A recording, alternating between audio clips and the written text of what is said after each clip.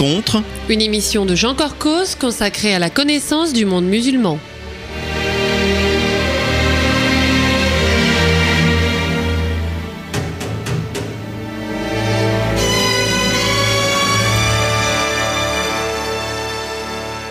Bonjour amis auditeurs, Jean Corcos au micro pour ce pré-enregistré réalisé le 4 juillet 2018. J'ai intitulé cette émission « Tunisie, un passé juif à reconnaître ». Et c'est presque un jeu de mots car le verbe « reconnaître » peut se comprendre dans deux sens. D'abord, littéralement, il s'agit d'une connaissance à se réapproprier au niveau collectif. Comme si le peuple tunisien, ayant vécu avec sa millénaire communauté juive, qui en était une composante, redécouvrait son passé. Mais reconnaître peut aussi se comprendre dans un sens moral, car les juifs tunisiens ont été longtemps gommés de la mémoire nationale et leur contribution à l'histoire du pays mérite d'être connue par les nouvelles générations qui ont pratiquement grandi sans jamais en rencontrer. Pour en parler, je reçois l'intellectuel tunisien sans qui vraiment cette reconnaissance n'aurait pas été possible. Bonjour Habib Kazagli. Bonjour et merci pour l'invitation. Alors, nous nous connaissons depuis longtemps, puisque vous faites partie de mes premiers invités, c'était en 2001.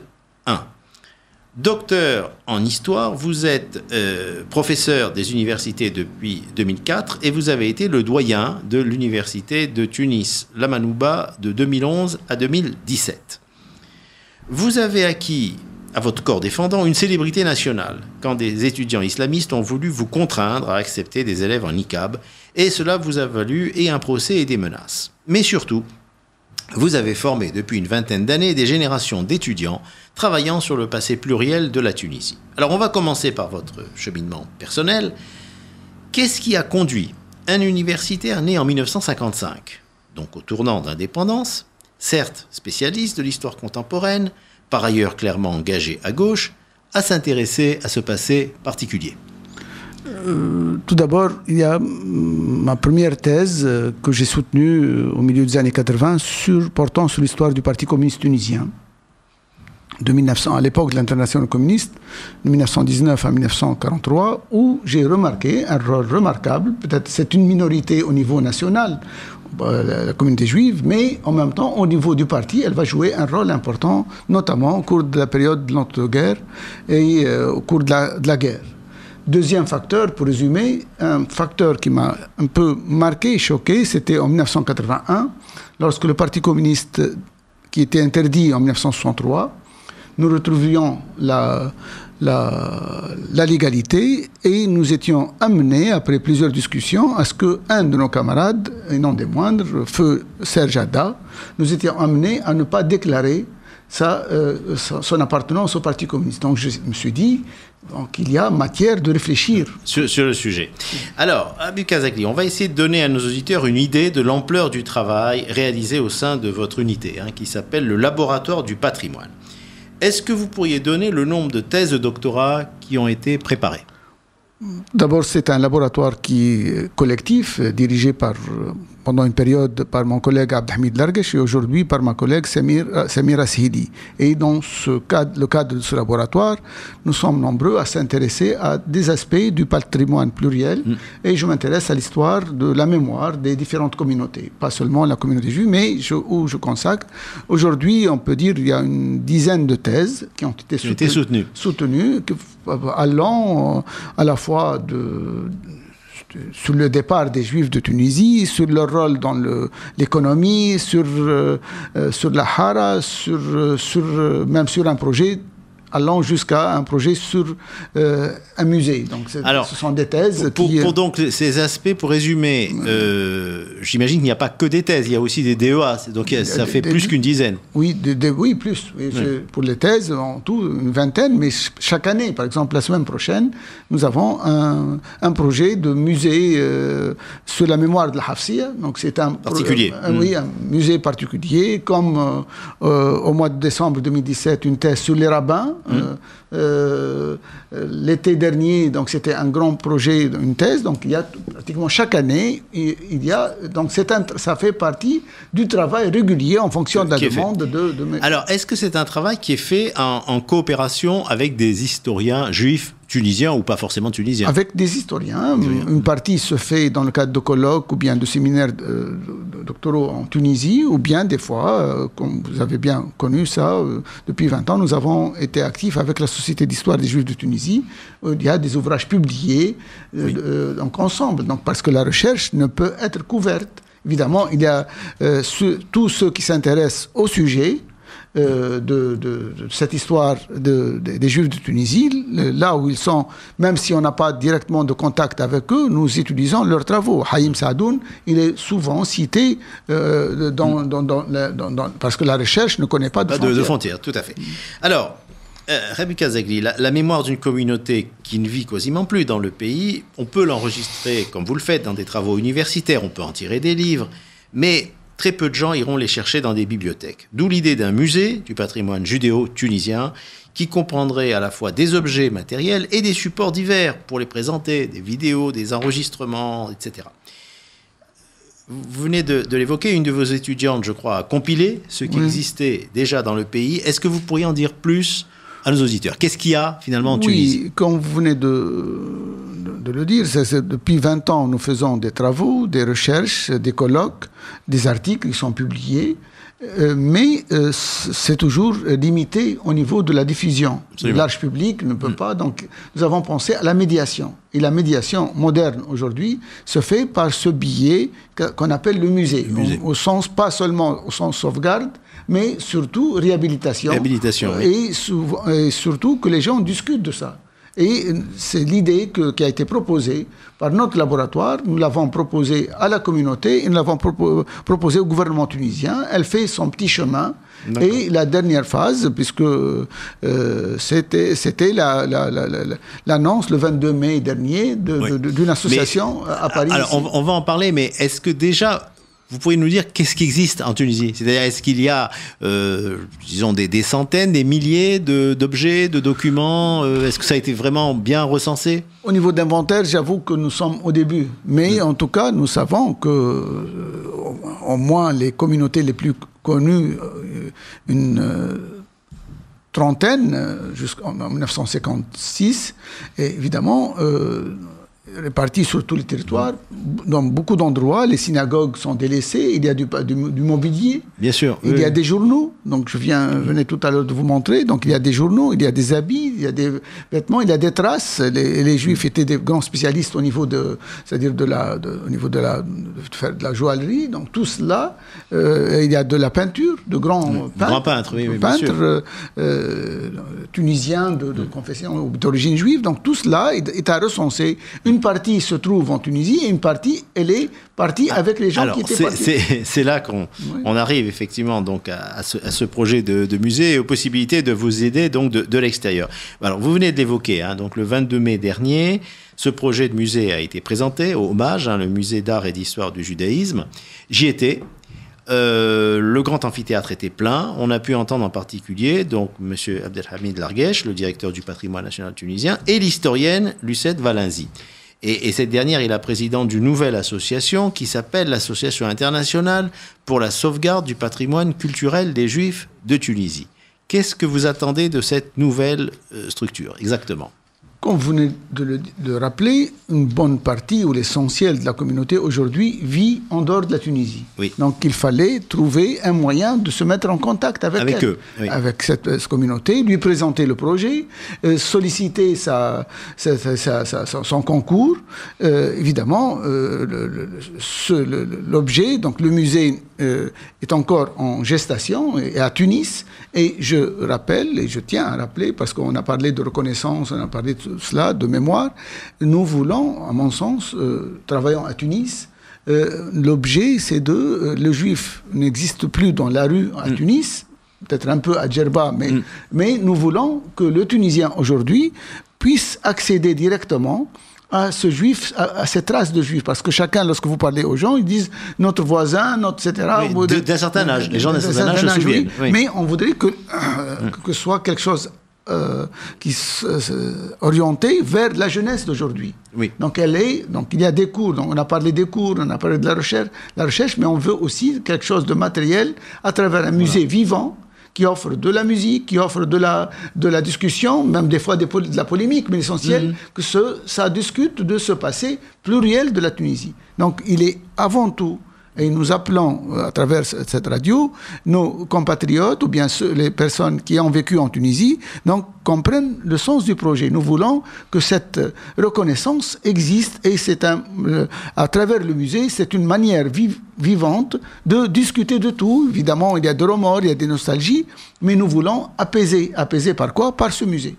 Alors, il nous reste une toute petite minute avant la pause. Je donne le nom donc de l'association, à nouveau, Association internationale pour la sauvegarde du patrimoine culturel des Juifs de Tunisie, et l'adresse de cette association est le 47 rue du Caire, Paris 2e. Alors, deux dernières questions peut-être concernant ce projet de musée. On a compris, en tout cas c'est ce que j'avais bien entendu lorsqu'il y avait cette réunion au mois de mai à Paris, que on a de la matière. On a de la matière pour remplir une surface très importante. Il y a des dizaines de pièces, des centaines d'objets, de documents, etc. Il y a eu un débat, lorsqu'il y a eu cette réunion de présentation, sur l'emplacement de ce musée. Certains souhaitent un bâtiment spécifique, et Lucette Valenzi, qui est historienne et qui préside l'Association internationale pour la sauvegarde du patrimoine culturel des Juifs de Tunisie, elle dit que ce serait mieux que ce soit une aile d'un musée national, comme celui du Bardo. Qu'est-ce que vous en pensez ? Ce débat continue, aussi bien chez nos concitoyens, nos compatriotes juifs, donc certains, parce qu'on avait pensé au local de Lozé, qui se trouve à Al-Hara, donc nous avons jugé, il est fait de 4 bâtiments, qui est vide aujourd'hui. Il y a cette idée-là, cette option-là, d'autres au niveau des chercheurs et au niveau des gens qui s'intéressent au projet. Donc certains ils disent oui, endroit emblématique ou bien symbolique pour les Juifs du Nusselahar, d'autres qui ne veulent pas. Donc ils disent que nous ne voulons pas être mis à côté. Dans un ghetto, petit peu. Etc. Voilà, c'est ça, et nous respectons. Donc il y a l'idée aussi, peut-être dans un projet qui prend son chemin aussi, un musée de la diversité, de la richesse. Parce que, en fait, lorsque vous avez, évidemment, l'émission s'adresse, elle parle du patrimoine juif, mais personnellement, j'ai travaillé sur les Grecs, sur les Russes, sur les Maltais, sur les Italiens. Tout ça, j'appelle le patrimoine pluriel. Voilà, on peut imaginer un musée de la Tunisie plurielle du passé comme une aile spécifique. J'ai une étudiante qui va soutenir bientôt la semaine prochaine sur les icônes de l'église grecque orthodoxe. Nous avons des icônes, elle a inventorié une trentaine d'icônes qui remontent au XVIIe siècle, à Tunis. Donc, très bien. Alors, Raïm Kazegli, on arrive maintenant à un sujet épineux qui est celui de la pollution de cette mémoire judéo-tunisienne par le conflit israélo-palestinien. C'est un conflit qui malheureusement n'en finit pas, mais il provoque beaucoup d'hystérie en Tunisie. Vous savez certainement qu'il a été présenté à l'Assemblée il y a quelques mois un projet de criminalisation de toute relation avec Israël. Et quand je dis toute relation, on est bien entendu au-delà du politique. Je voudrais avoir votre réponse à des questions précises. Dans le cadre de ce musée, et vu qu'environ la moitié des Juifs tunisiens sont allés vivre en Israël, si un document ou un objet venant de là-bas était proposé au musée, en prêt ou en don, est-ce que cela serait refusé ? Ça sera étudié au moment lorsque se pose. En tout cas, tout d'abord, cette volonté de créer cette association internationale, donc ça veut dire que tous ceux qui se réclament de la Tunisie, à quel titre, là où ils sont... Partout dans le monde. Partout dans le monde, bien sûr. Voilà. Ça s'adresse à eux. Évidemment, ça va être étudié et en temps voulu, parce qu'il y a des déplacements du patrimoine à travers les frontières, donc ça va être étudié, mais nous serons ouverts. C'est un musée de la Tunisie, de la mémoire de la Tunisie, donc il faut le traiter en dehors du politique. Absolument. Mais évidemment, tout en respectant les règles politiques aussi. Voilà. Mais alors justement, vous venez d'évoquer par exemple Haïm Sadoun. Oui. Haïm Sadoun, donc, est un historien israélien, vous le connaissez bien, puisqu'il a participé à des colloques de la Société d'histoire de Tunisie. Il était d'ailleurs, il n'y a pas longtemps à Paris, pour un nouvel ouvrage sur l'histoire des Juifs de Tunisie sous l'occupation allemande. Mettons que vous organisez un colloque à Tunis. Est-ce que lui serait autorisé à y participer ? Bon, à Tunis, c'est pas moi qui gère les frontières. Donc, évidemment, rien ne m'empêche. Lorsqu'il y a eu à la Sorbonne les différents colloques, Yaron Tsour ou bien Hayoum Saadoun, nous avons assisté. Moi, j'assiste à tous les colloques là où je suis qui portent sur le sujet de mon intervention. Moi, c'est pas une rencontre politique, c'est une rencontre autour d'un sujet d'histoire universitaire. Universitaire. Voilà. Aujourd'hui, les livres circulent, que ce soit directement ou par Internet. Il est cité, je vous ai dit. Donc, un étudiant qui se respecte ou un chercheur ne doit pas voir la nationalité ou la religion du chercheur. Donc, il est maintenant sur propre question, c'est une question politique. C'est pas les universitaires qui donnent les visas. Les visas. Voilà. Donc, c'est au moment de la Griba, j'ai vu que des Tunisiens qui sont venus d'Israël, donc ils sont les bienvenus. Ben, je vois pas. Donc il y a la paix des dieux, des dieux, et je pense que c'est. Mais évidemment, puisque vous dites que je suis engagé pour la paix. Et j'ai jamais caché cela. Je médite mon vœu de voir à côté d'Israël un État palestinien indépendant. Donc voilà. Il n'y a pas de mystère. Donc je suis pour 2 États indépendants, viables pour chacun, qui vivent en paix. C'est très clair. Alors, on va parler maintenant d'un autre contexte. Et là, vous avez fait preuve d'un grand courage et d'une grande détermination. C'est l'évocation de ce que fut le nazisme. Alors, en général, et puis en particulier les persécutions antisémites pendant la courte occupation de la Tunisie en 42-43. Nous avons auditionné au CRIF récemment quelqu'un que vous connaissez bien, avec qui vous avez travaillé. C'est Madame Peggy Frankston. Elle représente en France le Holocaust Memorial de Washington. Je sais que vous l'avez aidé à présenter une exposition à Tunis. Il y a eu des incidents. Est-ce que vous pourriez raconter ça en 2 minutes? Je corrige un tout petit peu. Madame Peggy Frankston, elle représente le mémorial et elle joue un rôle important dans la collecte des archives. Mais c'est moi qui avait vu en janvier 2016 l'exposition à l'UNESCO. D'accord. Et c'est moi qui m'ai adressé directement à M. Steven Lucart, le commissaire d'exposition. Elle était dans des dimensions imposantes. Je lui ai dit, c'est un outil important de cette manipulation par la propagande. Donc, si les affiches devenaient plus petites, on pourrait la présenter. Et c'est moi qui ai fait. Qui a eu l'idée. Évidemment, Peggy est avec nous. Donc, elle joue un rôle important. Mais c'est une initiative tunisienne. Donc, c'est nous qui avons décidé, évidemment, et c'est l'occasion de saluer le courage de ma collègue Raja Ben Slem, la directrice de la Bibliothèque nationale. Oui, donc qui a accepté à ce qu'on fasse la première sortie de cette exposition le 15 décembre 2017. Voilà. Évidemment, c'est à la fois la responsabilité de ma collègue, mais aussi de l'État tunisien. Personne ne nous a dit ne le faites pas. Mais alors, ce qui s'est passé, c'est qu'il y a eu des perturbateurs. Oui, mais il y a eu un contexte. C'était une semaine après le discours de Trump. Certaines personnes ont fait la confusion, disant c'est une exposition sur l'Holocauste. Il y a une partie de l'opinion, notamment des nationalistes arabes ou de l'extrême gauche, qui elle pense à chaque fois pourquoi. Alors que le musée de l'Holocauste, mais l'exposition portait sur la propagande nazie allemande. C'était mais la confusion est dans. Et il y a des gens qui. Alors il y a eu, en gros, d'après ce que j'ai compris, des manifestations hostiles, mais est-ce que l'exposition a pu ensuite se durer sans incident? Elle tourne. Donc, parce que l'idée, c'est une formation, parce que moi, l'idée, c'est que de la montrer à mes collègues. J'ai fait moi-même 11 ans d'enseignement secondaire, et je sais que nous manquons de documents sur cette période-là. Et je rappelle que l'exposition, jusqu'à nos jours, se trouve sur le site. Alors que c'était prévu que l'exposition à la Bibliothèque nationale pour 15 jours, maintenant ça fait 6 mois. Sur le site de la Bibliothèque nationale. Donc toutes les photos en 3 langues, arabe, anglais. C'est très bien. Donc,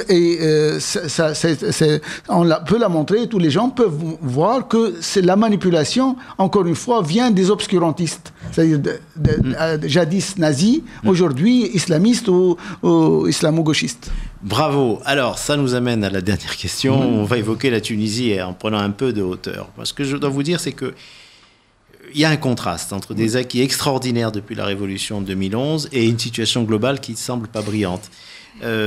Pour rappel, le renversement de Ben Ali s'est fait avec un minimum de violence. Il n'y a pas eu de guerre civile. Il y a eu des élections tout à fait libres. On a même eu une alternance. Il y a eu des attentats terroristes horribles en 2015, mais la sécurité semble revenue. Il y a une emprise islamiste sur la société, c'est vrai, mais en même temps, très récemment, une commission consultative, la commission des libertés individuelles de l'égalité, a proposé des réformes très grandes et qui ne sont nulle part acceptées dans le reste du monde arabe. Et pourtant, les Tunisiens sont déçus par les partis politiques, il y a un chômage terrible. Et on évoquait en aparté tout à l'heure un reportage à la télévision qui m'avait beaucoup frappé, ces dizaines de malheureux qui sont morts en partant sur des petites embarcations au large des îles Kerkena. Qu'est-ce que vous en pensez, si vous pouvez le dire en 2 minutes et demie? Pourquoi tout ce que vous avez dit, c'est juste. C'est juste, c'est la Tunisie. Mais la Tunisie est en pleine transition. Et pour reprendre un éminent philosophe, Gramsci, il dit que ce qui caractérise ces périodes-là, c'est que l'ancien meurt, et le nouveau tarde à venir. Et pendant l'intermède, c'est tous les phénomènes moribonds qui apparaissent, à la fois dans leur côté dramatique, comme vous venez de rappeler, les morts, 80 mais derrière à Kerkena, sur les îles de Kerkena, c'est un drame qui se fait au regard de tout le monde, au regard aussi parce que l'Europe il y a des dizaines de milliers de noyés en Méditerranée, c'est pas les seuls. Donc l'Europe veut accueillir ce qu'elle a envie d'accueillir, alors qu'une bonne base de l'Europe d'aujourd'hui elle est faite de migrants, mais il y a aussi la Tunisie a évité, c'est le premier pays qui a connu les changements, et c'est le seul pays encore qui résiste, parce que regardez tous les autres pays, la Libye, le Yémen, la Syrie, l'Égypte, etc. Donc c'est toujours, l'espoir est toujours permis. Et parmi les choses, vous venez de citer, la commission Colib, elle a été décidée par le président Béji Caïd Sebsi, c'est lui qui avait constitué une commission pour réfléchir sur l'état des libertés individuelles.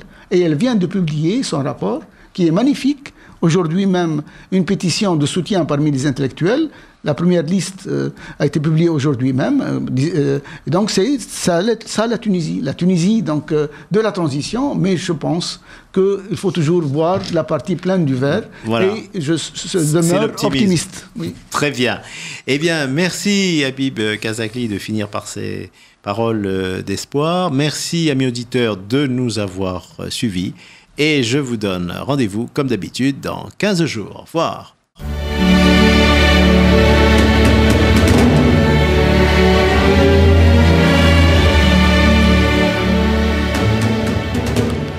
Rencontre. Une émission de Jean Corcos consacrée à la connaissance du monde musulman.